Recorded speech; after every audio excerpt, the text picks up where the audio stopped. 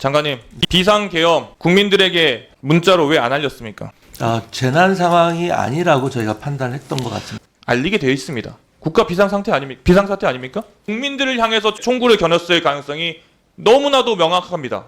이게 어떻게 비상사태가 아닙니까? 그리고 그런 비상사태가 아니었으면 도대체 왜 비상계엄을 선포했습니까? 네, 인천 서구병 검단에서 온 대한민국 국민 모경정입니다. 작금의 사태에 대해서 여기 계신 어느 누구도 잘 됐다고 생각하시는 분 없을 겁니다. 저는 계엄을 처음 겪어본 세대입니다. 겪어볼 거라고 상상도 못했습니다. 특히 이런 불법, 위헌적인 계엄이 21세기 대한민국에서 생길 거라고는 상상도 못했습니다. 장관님, 네. 아까 국무회의 8시경부터 해서 참석하셨다고 하셨는데 8시 한 40분 네. 가까이 돼서 참석했습니다. 그 자리에 대리로 참석한 분도 있던가요? 장관이 못 오셔서? 없었습니다. 다 장관들이 참석하셨나요? 네, 의결 종족수는 다 채워졌나요? 네네.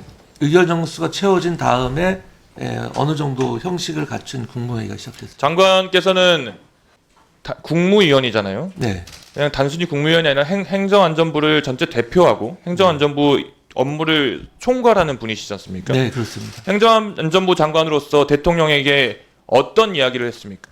이 계엄 의지를 표명한 대통령에 대해서. 아까 말씀드린 바와 같이 여러 가지 이야기가 있었는데요. 우려스럽다. 예, 그 중에서 이제 경제 이야기. 경제 이야기는 외교 행안부 이야기. 소관이 아니지 않습니까? 아니 그런 이야기들 오고 갔다고요. 행안부 장관님이 무슨 이야기 하셨는지 물어보는 겁니다.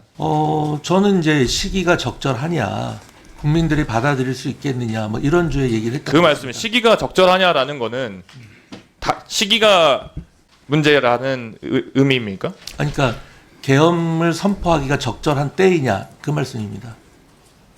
저는 이번 계엄이 이번 사태로 마무리되면 참 좋겠는데 한 번 더 또는 여러 차례 더 발생할 수 있을 것 같다라는 우려가 듭니다. 만약에 똑같은 국무회의가 소집되었다면 그때는 행안부 장관 어떻게 말씀하시겠습니까? 기본적으로 이제 대통령님의 권한이고 그때도 시기가 아니다라고 말씀하실 겁니까? 아니 참모 입장에서는 의견을 말씀드릴 수밖에 없는 것 아니겠습니까? 행안부 장관님, 네. 대통령을 위해서 대통령의 참모라고 하시고 대통령의 참모가 맞긴 하지만 네. 그 이전에 대한민국 국민을 위해서 일하시는 분 아닙니까? 그게 더 본질적이라고 당연하죠. 네. 네. 그럼 국민을 위해서 대통령에게 진언을 해야 되는 거 아니겠어요? 그렇습니다. 다시 한번 여쭙겠습니다. 다시 국무회의에서 이런 회의가 안건에 올라오고 대통령이 그런 의지를 표명하면 어떻게 대답하시겠습니까? 국민을 섬기는 행정안전부 네. 장관으로서. 네, 지금 뭐 누누이 일일이 다 말씀드릴 수는 없지만은 많은 말씀을 드렸고요. 그 뭐 강도를 더 세게 해서 말씀드릴 수밖에 없을 것 같습니다. 의정관이 참석해서 원래 회의록을 작성해야 되죠. 네, 그렇습니다. 작성 안 했죠. 못한 거죠. 그러면 누구도 하지 않았습니까? 거기 아마 거기에 있던 직원 누가 작성을 했을 겁니다. 뒤에 의정관 대답해 보세요. 대신 누가 했습니까? 대신 누가 기록했습니까? 의정관 김현수입니다. 누가 기록했습니까? 대신 전혀 알지 못합니다. 알지 못한다. 그게 말이 됩니까? 네, 본인의 알지 역할을 대신 누군가가 했을 거고 그러면 지금도 방금 장관께서는 회의록을 작성 중에 있고 또는 업로드 예정이라고 하셨는데 그러면 전달은 누구로부터 받습니까?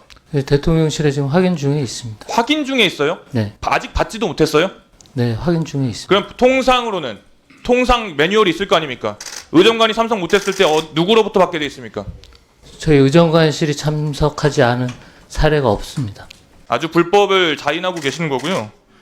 공공기록물 관리에 관한 법률에 따르면 회의록과 함께 속기록 또는 녹음기록 중 어느 하나를 생산해야 된다고 했습니다. 무엇을 받기로 하였습니까? 일단은 국무회의가 되면 저희가 회의록을 무엇을 작성을 받기로 하고요. 하셨습니까? 지금 협의는 하고 있을 거 아닙니까? 협의도 안 하고 있습니까? 대통령실과 이야기 안 하고 있습니까? 네, 관련 안건 내용과 토의 내용에 대해서 자료를 지금 요청할 제가 다시 한 번 계획이 말씀드리지만 들어가세요. 장관님.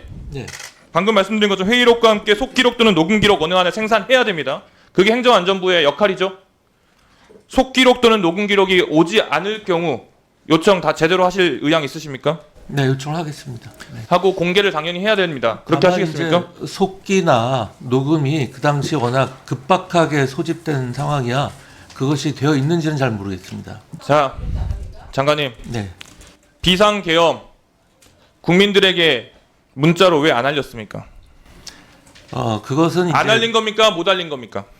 재난 상황이 아니라고 저희가 판단했던 것 같습니다. 재난문자방송 기준 및 운영규정 제9조 제1항 3호 국가 비상상태 관련 상황 정보를 알리게 되어 있습니다. 국가 비상상태 아닙니까? 비상사태 아닙니까? 이제 비상사태여서 계엄 선포한 거 아닙니까? 이게 똑같은 단어가 의원님 잘 아시겠지만 사용된 법에 따라서 의미가 좀 달라집니다. 그 재난안전법에서 말하는 비상사태라는 것은 국민의 생명, 인명과 재산 피해를 예방하기 좋습니다. 위한 문자인 것이기 때문에 그 말씀해 주시는 알겠어요. 근데 그 취지가 아주 틀렸다는 걸 말씀드리겠습니다. 국회에서 정말 다행히 국회의장을 비롯해서 국회의원들이 담을 넘어와서 계엄을 해제할 수 있도록 절차를 밟았기에 망정이지 실탄을 들고 있는 군인들이 이 이후에 국회 이후에 국민들을 향해서 총구를 겨눴을 가능성이 너무나도 명확합니다. 이게 어떻게 비상사태가 아닙니까? 그리고 그런 비상사태가 아니었으면 도대체 왜 계엄을 선포했습니까? 저희 됐습니다. 성관이 사무총장님. 네. 지금 군 병력, 계엄군과 경찰이 성관이에 들이닥쳤죠. 왜 그랬다 생각하십니까? 이유를 아십니까? 정확한 이유를 알 수가 없습니다. 부당하죠. 네, 다만 불법이죠. 저희 그 선관위의 입장은 그렇습니다. 불법이고 위헌이죠. 예, 그러니까 계엄이 이루어진다고 해서 저희가 업무 이관을 할 만한 사안이 없기 때문에 좋습니다. 네. 서울청장 지시 누구로부터 받았죠? 이 전체 국회를 통제하라는 지시 누구로부터 받았죠? 아까 반복된 질문입니다. 누구로부터 지시 받았습니까? 경찰청장이죠. 경찰청장님 누구로부터 지시 받았습니까?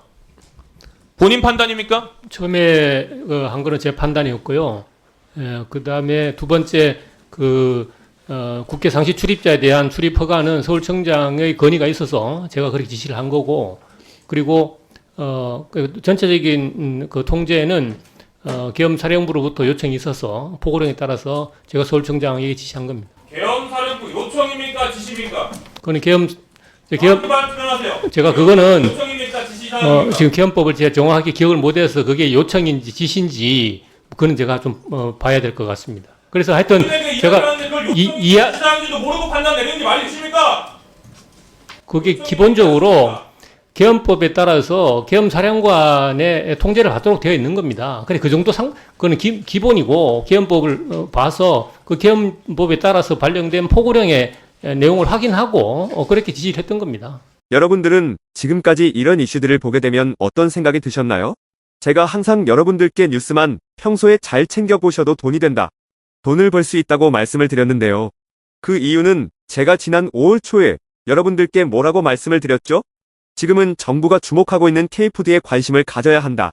뉴스만 보고 끝내지 마시고 투자 쪽으로 한번 생각해 보셔야 한다. 라고 말씀을 드렸습니다. 그리고 나서 이런 썸네일들을 뉴스를 통해서 많이 보셨을 텐데요. 이렇게 정부가 정책으로 밀어주는 산업이 이슈가 됐을 때 정보에 민감한 부자들은 어떻게 생각할까요? K푸드 관련주는 뭐가 있는지, 어떤 종목이 나에게 돈을 벌어다 줄 수 있는지를 생각한다고 말씀을 드렸죠?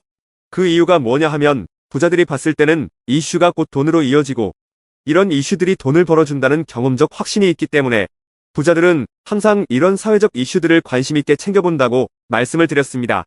실제로 제가 지난번에 시청자분들과 함께하는 주식으로 수익 내기 이벤트를 진행했었는데요. 당연히 100% 무료로 진행했고 여기 보시면 저한테 구독이라고 문자 남겨주신 모든 시청자분들께 이렇게 K푸드 관련주 중에 가장 급등할 확률이 높은 한성기업 딱 한 종목을 여러분들에게 추천을 드렸어요. 그러면서 여기 나와 있는 대로 정확하게 얼마에 사야 하는지, 그리고 어느 정도 올랐을 때 팔아야 하는지 이런 부분들까지 자세하게 알려드렸었는데 결과가 어떻게 되었죠? 오른쪽을 보시면 아시겠지만 제가 5월 2일에 문자로 이 한성기업을 소개해드리고 나서 주가가 이렇게 2배 넘게 급등이 나왔다. 그래서 당시에도 굉장히 많은 분들이 제가 드린 한성기업으로 수익을 내셨을 텐데요. 다시 한번 축하드린다고 말씀을 드리고 이번에도 마찬가지입니다. 최근에 정부가 집중적으로 밀고 있는 산업이 해외 건설 시장이고 그 중에서도 K신도시에 대한 관심도가 계속해서 높아지고 있기 때문에 관련 종목들이 부각받을 수밖에 없다. 그 중에서도 정부가 가장 핵심적으로 밀어줄 것으로 예상되는 K신도시 대장주 한 종목에 돈이 몰릴 것이다. 당연히 우리가 이쪽으로 생각해야 한다는 겁니다. 그래서 이번에도 지난번과 똑같이 저에게 신청이라고 문자 보내주시면 정부가 강력하게 추진할 것으로 예상되는 K신도시 정책주 중에 앞으로 대장주 역할을 하면서 주가가 가장 크게 급등할 한 종목을 구독자분들에게 문자로 종목명과 사고 파는 시점을 모두 알려드리겠습니다. 그래서 여러분들이 주식으로 돈 버는 연습을 한번 해보시라 이렇게 말씀을 드리고, 지금 이 영상을 보시는 시청자분들 중에 나도 이번 종목이 궁금하다 하시는 분들은 누구나 상관없이, 그리고 어느 시간대나 상관없이 부담 없이 이렇게 상단에 제 번호를 항상 남겨놓고 있습니다. 제 번호 010-4406-8870번으로 저에게 지난번처럼 신청이라고 문자 보내주시면 제가 이번에도 똑같이 무료 추천 급등주 문자를 보내드리겠습니다.